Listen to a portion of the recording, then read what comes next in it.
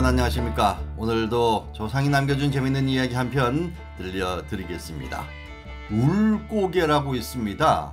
울고개는 경상북도 의성군 구천면 조성리 산 23번지에 위치하고 있습니다.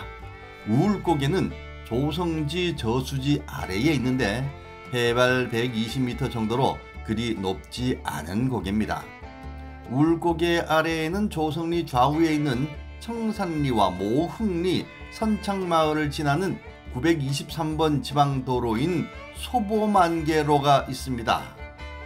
울고개는 그리 높은 고개가 아닙니다. 그럼에도 불구하고 이 고개와 관련해서 두 가지 이야기가 전하는데 내용이 전혀 다른 거예요.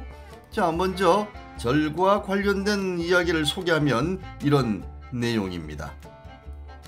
경상북도 의성군 구천면 모흥리 선창에서 울고개를 넘어서 왼쪽 골짜기 안으로 약 1km 정도 올라가면 옛날에 용절 혹은 용흥사란 절이 있었다고 전하는 터가 나옵니다.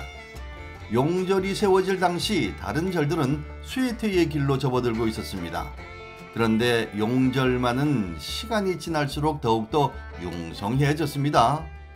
이에 셈이 난 다른 절의 승려가 용절을 방문하고 용절의 승려들로부터 극진한 대접을 받았습니다. 하지만 이웃 절에서 온 승려의 속셈은 용절이 융성하게 된 원인을 알아내는 것인지라 이를 알아내는데 안간 힘을 썼겠죠. 그런데 어느 날 용절에 있는 우물에 황룡이 살고 있다는 것을 알게 됐습니다. 승려는 용절이 융성한 것은 황룡의 덕이라고 생각했습니다.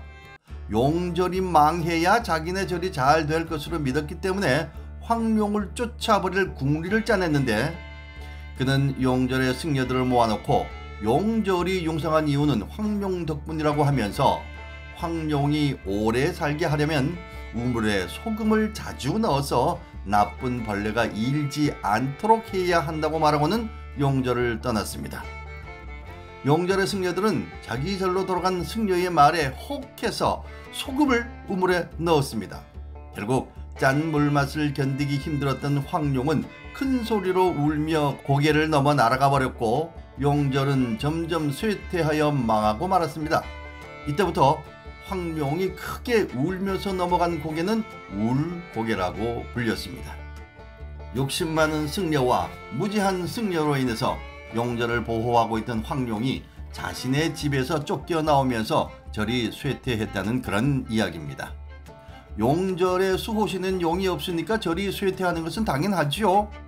이러한 점을 이웃의 승려는 노려서 황룡 내쫓기에 성공했습니다. 하지만 자신의 절에도 신도가 오지 않았으니 시샘과 욕심으로 과연 무엇을 얻은 것일까요?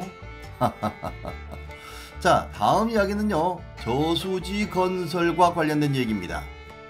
조선 숙종 때 경상좌도와 함경북도, 전라도 병마절도사를 지낸 장한상이라는 사람이 있었는데 장한상은 울고개 근방 출신인데 나라의 힘을 빌려서 고향에서 수리사업을 하고자 했습니다. 장한상은 큰 못을 막기 위해 지방의 인력을 동원했지만은 인원이 모자라자 멀리 전라도의 장정까지 왔다고 합니다. 그런데 공사장은 면회가 지극히 제한되어 있어서 부역으로 동원되어 온 사람들의 가족은 울고개에서 일하는 모습만 겨우 볼 수 있었습니다. 멀리서 찾아온 가족은 자식이, 남편이, 아버지가 일하는 모습만 보고 울면서 지나갔다고 해서 이름을 울고개라고 했습니다. 병마절도사라는 막강한 힘을 가지고 고향에 저수지를 건설코자 지역의 인력은 물론 다른 지역의 장정까지 동원시켜놓고 면회를 시켜주지 않으니 가족들은 눈물을 흘릴 수밖에 없는 것이겠죠. 뜻이 아무리 좋아도 과정이 옳지 않고 운영을 제대로 하지 않으면 모두로부터 원망을 사게 되겠지요.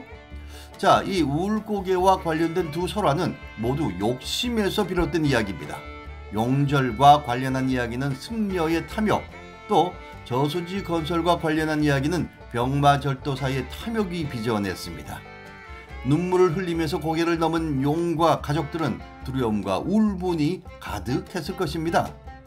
현재 조성리 울고개 주변에는 큰 용골과 절골의 지명이 남아있고 용흥지라 불리는 작은 연못도 있어서 전설을 증거하고 있다고 하는군요.